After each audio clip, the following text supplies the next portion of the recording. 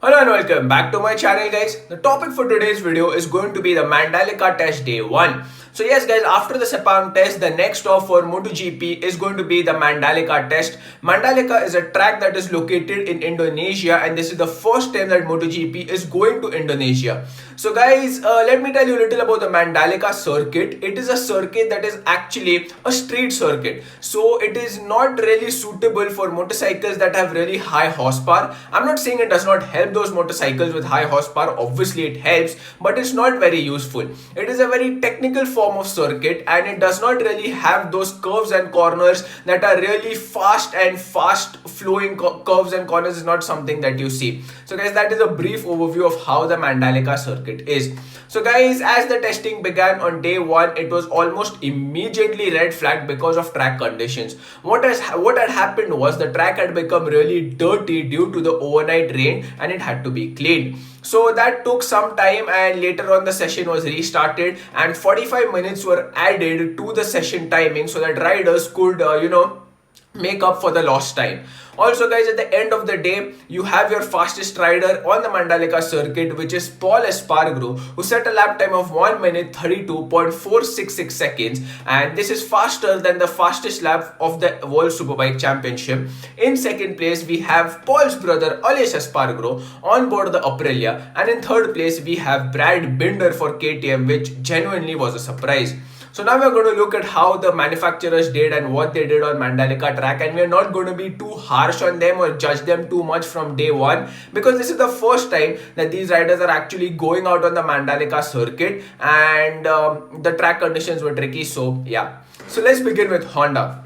Obviously, Marc Marquez was out there on board the 2022 Honda RCV, and his teammate Paul Espargaro set the fastest lap, as I had mentioned before. Paul did a total of 69 laps. The next fastest Honda was Takaki Nakagami, who was down in P11, and Marc Marquez was 1.3 seconds off Paul Espargaro's lap. But Marquez isn't worried, of course, because this was day 1, conditions were tricky, so it is possible that Marquez may not have pushed 100% or given his 100%. As the test continues, we will get to see a lot more from him. From that guys, let's move on to the Aprilia. Aprilia, as we know, have had a great Sepang test, and that continued in Mandalika. Alex Espargaro was overall P2, and his teammate Maverick Vinales was also in an impressive overall P7, and the main focus for testing for Aprilia was obviously its chassis. From that, let's move on to KTM guys. KTM had a really good day. I did not expect Brad Binder to be P3, but yes, he was P3. He was the last rider who was lapping in the 1 minute 32, so that is great. His teammate Miguel Oliveira was lapping in the 1 minute 33 seconds, and the two rookies, Remy Gardner as well as Raul Fernandez, were out there getting some valuable time on board their new MotoGP machines, but it was a little harder for Gardner because he's nursing an injury. From that guys, let's move on to Suzuki.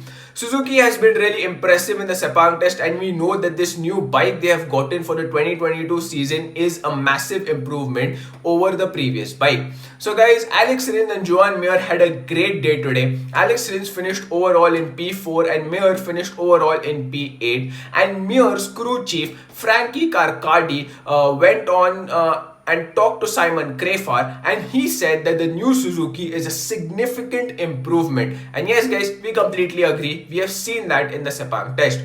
From that guys, let's move on to Yamaha. Fabio Quartararo was top Yamaha, and there's absolutely no surprise there. He was P5. His teammate Franco Morbidelli was in P12.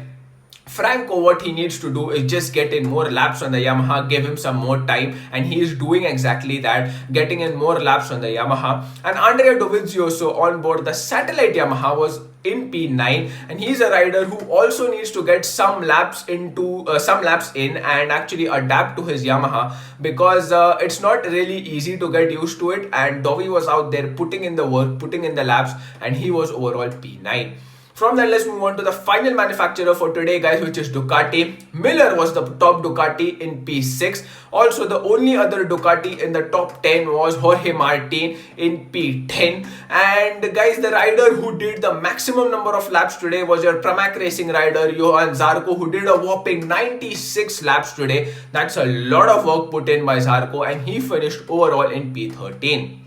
So yes guys, that was all we have from the manufacturers.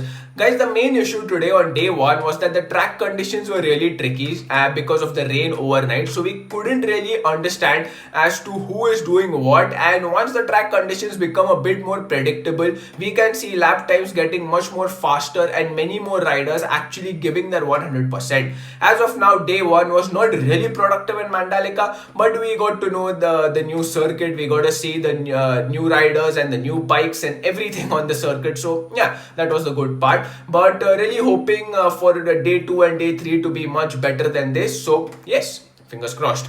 Also guys, that was it for this video. If you liked what you see, hit the like button. If you dislike what you see, hit the dislike button twice. Also guys, if you're new to my channel, please do not forget to hit the subscribe button, ding the notification bell, and I'll see you guys in the next video.